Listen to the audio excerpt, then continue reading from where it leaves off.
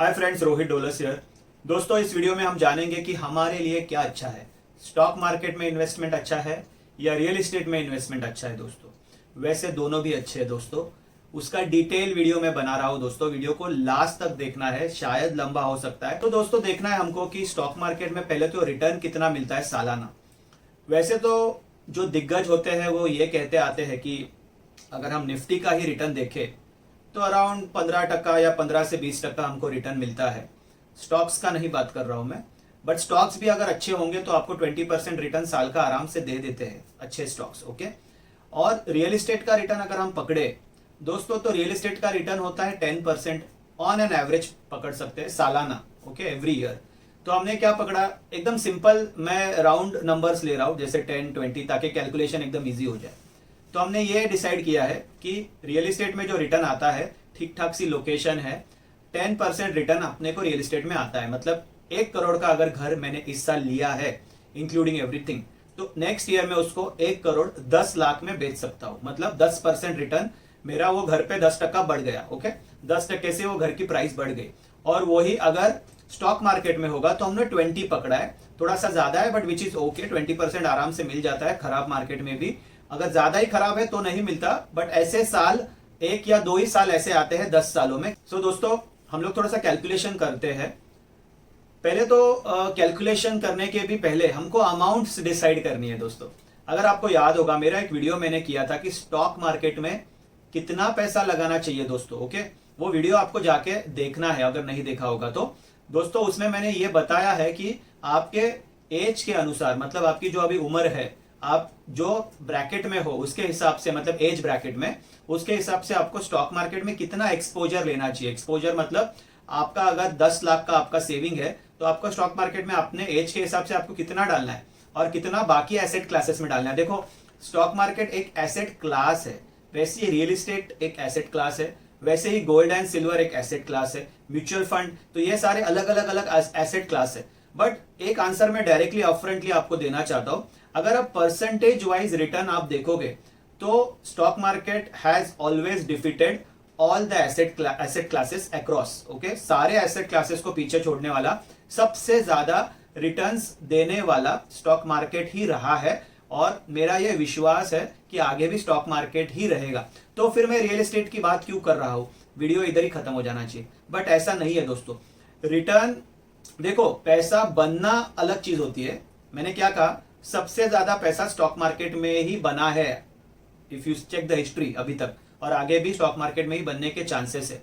But क्या वो पैसा हमें मिला? क्या हम अमीर कैसे होंगे जब वो पैसा हमें मिलेगा? Okay, but stock market is also highly risky asset class, इसलिए वहां पे ज्यादा रिटर्न है। तो क्या हम पहले तो उतना पैसा स्टॉक मार्केट में डालते भी है क्या?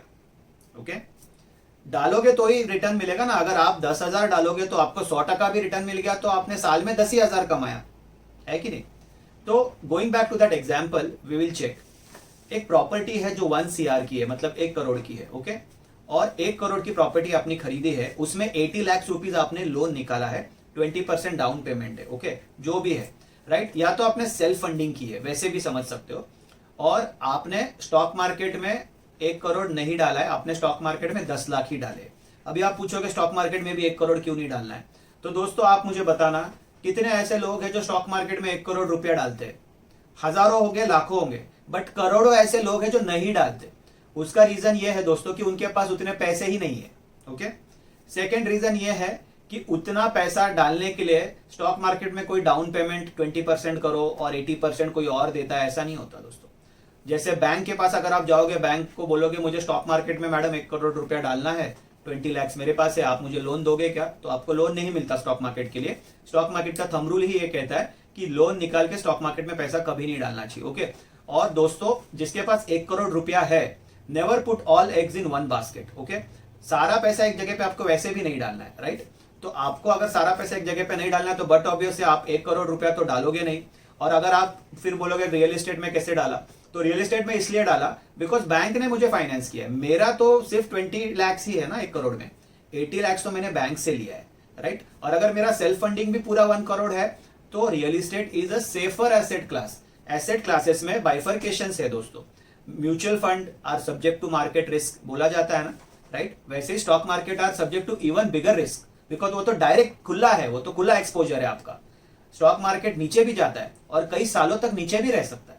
जैसे आपने 1 करोड़ रुपया अगर स्टॉक मार्केट में डाला, 1 साल के बाद ऐसा भी हो सकता है वो 1 करोड़ रुपया अभी सिर्फ 80 लाख ही रह गया है, 20 लाख उसकी वैल्यू घट चुकी है। बट आप मुझे ऐसा बताना, कभी आपने देखा है या सुना है कि कोई एरिया में 1 करोड़ का फ्लैट है, which is a branded builder का ब्रांडेड फ्लैट, अच्छे लोकेशन पे 1 करोड़ का अगर है, तो 1 साल के बाद वो फ्लैट 80 लाख मतलब 80 लाख में हो गया और वो बिल्डिंग के सारे फ्लैट्स की वैल्यू और 1 साल के बाद 60 लाख पे आ गई। ऐसा नहीं होता, बट स्टॉक मार्केट में ऐसा होने का चांस होता है। इसीलिए कभी भी स्टॉक मार्केट में जिसके पास 2 करोड़ रुपए होंगे तो भी वो पूरा 1 करोड़ स्टॉक मार्केट में नहीं डालता, या तो डालना नहीं चाहिए अगर उनका एज 40 एंड अबव है। बिकॉज मैंने वो वीडियो में अच्छे से समझाया है आपके एज के हिसाब से आपको स्टॉक मार्केट में कितना एक्सपोजर लेना चाहिए दोस्तों। तो अभी हम लोग कैलकुलेशन करते हैं, सिंपल है। 1 करोड़ रुपए की चीज अगर मेरी प्रॉपर्टी है और 10% से वो बढ़ रही है, तो मेरा 1 साल में रिटर्न कितना आया? 1 करोड़ मैंने डाला है तो मेरा 10 लाख मैंने कमाया। ओके, और स्टॉक मार्केट में अगर मैंने 10 लाख रुपया ही डाला है और मेरे को अगर स्टॉक मार्केट में 20% रिटर्न भी आया तो मैंने 2 लाख रुपया कमाया। सो दोस्तों, एक क्लासिक एग्जांपल के हिसाब से मैं आपको समझाता हूँ। आप सब लोग ऑफिस जाते हैं, खास करके प्राइवेट वालों के लिए बता रहा हूँ। आपका ईयरली अप्रेजल होता है, एनुअल रेटिंग होती है दोस्तों। आपके बॉस की सैलरी, जो सुपर बॉस है, ओके, मे बी कंपनी का MD CEO हो सकता है या उसके नीचे के सीनियर वाइस प्रेसिडेंट, 1 करोड़ की उसकी सैलरी है और आपकी सैलरी है साल की 10 लाख, उसकी है 1 करोड़। उसको इंक्रीमेंट मिला 5%। ओके, तो उसको कितना मिला? 1 करोड़ का 5% इज 5 लाख। उसकी सैलरी 5 लाख रुपए से बढ़ गई। आपको मिला 20%, बट आपकी सैलरी ही कम है, 10 लाख आपका साल का पैकेज है, तो आपको कितना मिला? 2 लाख। तो वो 5% इंक्रीमेंट लेके भी 5 लाख रुपया पैसा उसको कितना मिला? 5 लाख मिला। आपको 20% इंक्रीमेंट मिला, बट आपको पैसा कितना मिला? 2 लाख मिला। यही डिफरेंस है दोस्तों रियल एस्टेट इन्वेस्टमेंट में और स्टॉक मार्केट के इन्वेस्टमेंट में। स्टॉक मार्केट में आपको हमेशा रिटर्न परसेंटेज वाइज हर एसेट क्लास से ज्यादा ही मिलेगा, मिलता आया है। ओके, फ्यूचर डेफिनेटली अनप्रेडिक्टेबल होता है, बट पिछले 100 सालों की हिस्ट्री निकालो तो स्टॉक मार्केट ने ही हमेशा आउट परफॉर्म किया है। बट क्या स्टॉक मार्केट में लोगों ने कमाया है? यस, 5% लोगों ने कमाया है। 95% लोगों ने इसलिए नहीं कमाया दोस्तों कि उनको क्या कहते हैं कि उन्होंने पैसा बहुत ही कम डाला या उन्होंने पैसा ज्यादा डाला नहीं। उन्होंने इसलिए नहीं कमाया क्योंकि उन्होंने शेयर्स गलत चूज किए। उन्हें बहुत जल्दी थी पैसा कमाने की, इसलिए उन्होंने पैसा नहीं कमाया। और जिन्होंने अच्छे शेयर्स लिए और अच्छे शेयर्स में कुछ सालों तक वो बने रहे, उनको ऑन एन एवरेज 20% रिटर्न तो मिलते ही गया और मिलते ही रहेगा आगे भी। बट क्या उन्होंने वहां पे 1 करोड़ डाला है? क्या नहीं डाला है। तो अगर रुपीज के टर्म्स में बात करें तो वो बड़े बॉस को ज्यादा पैसा मिला रुपीज में। परसेंटेज में रिटर्न किसको ज्यादा मिला? जो छोटा एम्प्लॉय था उसको ज्यादा मिला। तो स्टॉक मार्केट में आप पैसा डालोगे, रियल एस्टेट से कई गुना ज्यादा आपको रिटर्न वहां पे परसेंटेज में मिलेगा, बट आपके हाथ में पैसा कम आएगा। रियल एस्टेट में पैसा डालोगे तो डाला ही ज्यादा है, इसलिए कम भी मिलेगा तो भी वो ज्यादा मिलेगा। तो ये बेसिक डिफरेंस है। तो इसमें मेरा फेवरेट तो स्टॉक मार्केट है, मैं खुला बोलता हूँ, favourite is stock market. Okay, it's my first love. हमेशा स्टॉक मार्केट ही मुझे अच्छा लगा है, आगे भी अच्छा लगेगा। रियल एस्टेट की बातें मैं इसलिए करता हूँ, देखो दोस्तों, हमको पैसा ही कमाना है। ओके, अल्टीमेट एम हमारा क्या है? पैसा कमाना है। स्टॉक मार्केट से आया हुआ पैसा भी पैसा ही है, रियल एस्टेट से आया हुआ पैसा भी पैसा ही है। और जब स्टॉक मार्केट वाले भी बहुत बड़ा पैसा कमाते हैं तो वो किस में डालते हैं? वो घर ही खरीदते हैं भाई। जो 2 BHK वाला है वो बंगला खरीदता है, बंगले वाला कोई बहुत बड़ा लैंड पार्सल खरीदता है और फिर उस पर बड़ा बंगला बांधता है, राइट। राकेश झुनझुनवाला जी ने भी एक मड आइलैंड में बहुत बड़ा, मलबार हिल में बहुत बड़ा बंगला बांधा ही ना, राइट। उन्होंने वापस से वो पैसा स्टॉक मार्केट में, हालांकि वो चाहते थे बट उन्होंने नहीं किया, उन्होंने बहुत करोड़ों का घर बनाया, right. So it is nothing bad, दोनों अच्छे हैं। इनफैक्ट अगर आपकी कैपेसिटी है तो मैं तो चाहूंगा कि स्टॉक मार्केट में ज्यादा पैसा लगाओ, लेकिन सीख के। सीखना है तो मेरे पास आ जाओ, मैं सिखा भी दूंगा आपको। अच्छा स्टॉक अगर हो तो आपको रियल एस्टेट भूल जाओ दोस्तों, उससे कई गुना ज्यादा रिटर्न मिलेगा। ओके, बट आपके एज ब्रैकेट में भी वो होना चाहिए। ज्यादा पैसा स्टॉक मार्केट में लगाना है तो आप कम उम्र में लगाओगे तो वो ज्यादा अच्छा है, because stock market also comes with unpredictability and uncertainty. Okay, उसी का अपने को रिटर्न मिलता है। तो अभी 60 साल का जो आदमी है, 50 साल का आदमी है, उसको लाइफ में सिक्योरिटी की जरूरत ज्यादा है रादर देन पैसे की, राइट। तो इसीलिए जो बड़े बुजुर्ग है वो आपको हमेशा प्रॉपर्टी लेते हुए दिखते हैं। जो छोटे हैं 25 साल के, वो हमेशा आपको स्टॉक मार्केट के पीछे पड़े हुए दिखते हैं। और वो सही भी है दोस्तों, क्योंकि वही एज होता है स्टॉक मार्केट में ज्यादा पैसा लगाने का। मैं तो बोलूंगा 70% आप अगर 25 साल के हो तो आपके पास अगर 10 लाख है तो आप आराम से 7 लाख डाल दो अच्छे शेयर्स में और चुप बैठो। आप इतने अमीर हो जाओगे 10-15 साल के बाद कि आप सोच भी नहीं सकते कि मैंने मतलब कैसे हो गया मेरे से ये। बट उतना रुकना पड़ेगा दोस्तों। फास्ट में पैसा नहीं कमाया जा सकता स्टॉक मार्केट में। हर जगह लोग स्टॉक मार्केट के वीडियोस में यही प्रमोट कर रहे हो कि आओ कुछ ऐसा सिखा दूंगा कि आपका पैसा डबल होते जाएगा एवरी ईयर। अरे अगर उसके पास वो है तो फिर वो चुपचाप बैठ के अमीर क्यों नहीं हो रहा, वो दुनिया को क्यों बता रहा है, राइट? और होता भी होगा, आई डोंट से सब लोग फॉल्स है, फेक है, बट उसका चांस कितना है? 1%। और 99% लोग उस 1% को पाने की कोशिश करते हैं। इसीलिए 99% कभी कभी 100% भी लोग नहीं कमा पाते स्टॉक मार्केट में। उसका रीजन ये है बिकॉज वॉरेन बफे जो स्टॉक मार्केट के इतने बड़े गुरु है, उनको इंटरव्यू में एक सवाल पूछा था कि दूसरा वॉरेन बफे क्यों नहीं बना। उन्होंने एक लाइन में आंसर दिया, because nobody wants to make money slowly in stock market. यहाँ धीरे धीरे पैसा कमाना कोई चाहता ही नहीं है, इसलिए दूसरा वॉरेन बफे नहीं बन पाया आज तक। कितनी सही बात उन्होंने बोली दोस्तों। अगर आप धीरे धीरे पैसा कमाओगे तो आप जरूर अमीर बनोगे, लेकिन आप फास्ट में पैसा कमाओगे तो एक्सीडेंट होगा, जो कमाया हुआ है वो भी खर्च हो जाएगा। एक्सीडेंट मतलब आप ऐसी कुछ गलती करोगे स्टॉक मार्केट में, इवन रियल एस्टेट मार्केट में। अगर आप जल्दी मेरे को फटाफट चाहिए, नहीं दोस्तों, आपको आराम से टाइम देके सब कुछ देखने के बाद ही आपको इन्वेस्ट करना है। सो दोनों अच्छे हैं।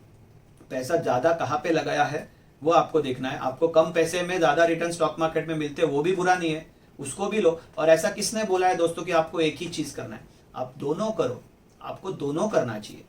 ओके, आपको तीनों करना चाहिए। तीसरा मतलब गोल्ड सिल्वर, उसको भी खरीदो दोस्तों, राइट? आपको चौथा भी करना चाहिए, म्यूचुअल फंड्स भी आपके पास होने चाहिए।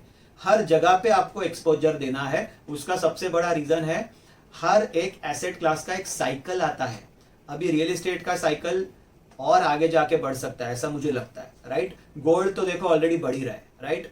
तो ऐसे साइकिल्स चेंज होते हैं। कभी गोल्ड चलता है तो कभी मार्केट रुकता है, कभी मार्केट रुकता है तो गोल्ड सिल्वर चलता है, राइट? तो कभी सब रुकता है तो रियल एस्टेट का मार्केट चलता है। तो हमारा एक्सपोजर हर जगह होना है, बिकॉज हमें तो पैसे कमाने हैं। हमको नहीं लेना देना कि स्टॉक मार्केट से पैसा आ रहा है, कि रियल एस्टेट से आ रहा है, कि म्यूचुअल फंड से आ रहा है, कि गोल्ड से आ रहा है। हमको एक ही बार जीना है, हमको पैसा कमाना है, बस।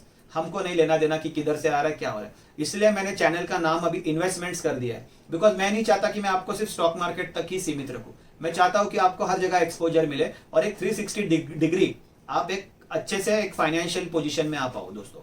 Okay, so thank you so much. अच्छा लगा वीडियो तो लाइक करना दोस्तों, एंड कमेंट करके बताना और क्या आपको जानकारी चाहिए, और वीडियो के बारे में भी बताना कैसा लगा वीडियो। चैनल सब्सक्राइब नहीं किया तो सब्सक्राइब करके बेल बटन दबाना, ऑल नोटिफिकेशन पे क्लिक करना दोस्तों। Thank you so much, take care.